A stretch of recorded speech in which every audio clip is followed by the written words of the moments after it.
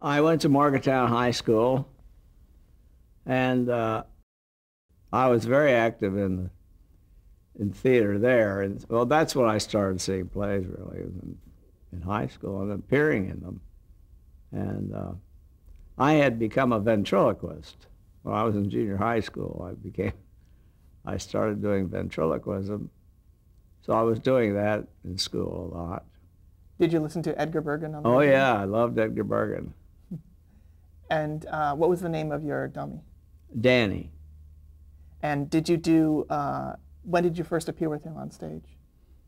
I think the first thing I did with Danny was, well, no, it wasn't Danny at first. I bought a little Charlie McCarthy dummy. And I actually got him with Cocoa Malt box tops and 50 cents, I think it was. And that was the first dummy. Then somebody made me a good dummy that I named Danny. I don't remember the first time, but I remember the first time I got paid for doing an act was with the first dummy. Somebody asked me to come to a party and entertain, and I did. And they took up the collection. I got almost $1 and change. Wow. So I thought, oh, I'm on my way. So what kind of jokes did you do? Everything I could borrow from Edgar Bergen. I told him about it later. He got a kick out of it.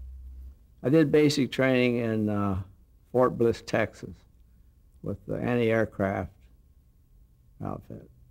I was suddenly got a telegram from Washington ordering me to Fort Meade, Maryland, to join an Army show, because I had written on my entrance papers that I was a ventriloquist. They pulled me out of the hat, I guess.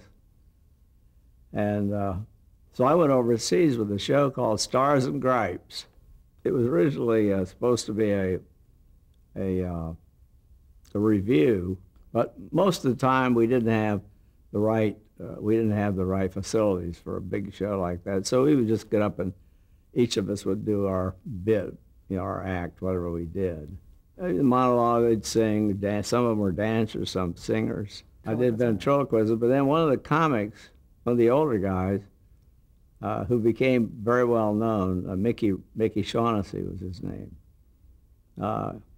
They took me on as a second comic, and that's where I first worked as a comic, was with these, and these guys were professionals. I really learned a lot. That's really where my training began, I think.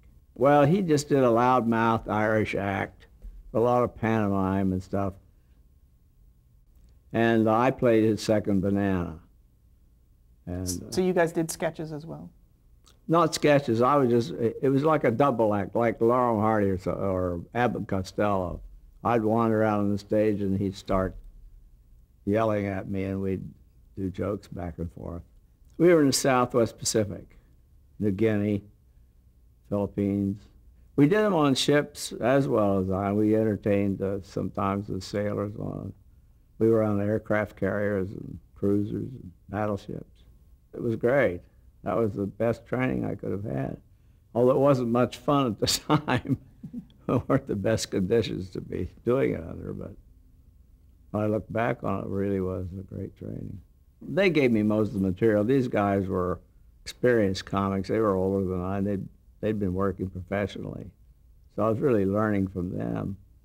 When I worked with them, they had all the material. How large were the audiences that you appeared in front of? Oh, sometimes they'd be 8,000 or 10,000. But mostly it was like average, maybe 2,000, 3,000 soldiers. Yeah, it always went over big. What became of Danny? I left Danny over. Well, what happened was they weren't letting me do my second banana stuff enough. I thought I liked doing that better than ventriloquism, but they kept saying, well, "We need you to do the ventriloquist act."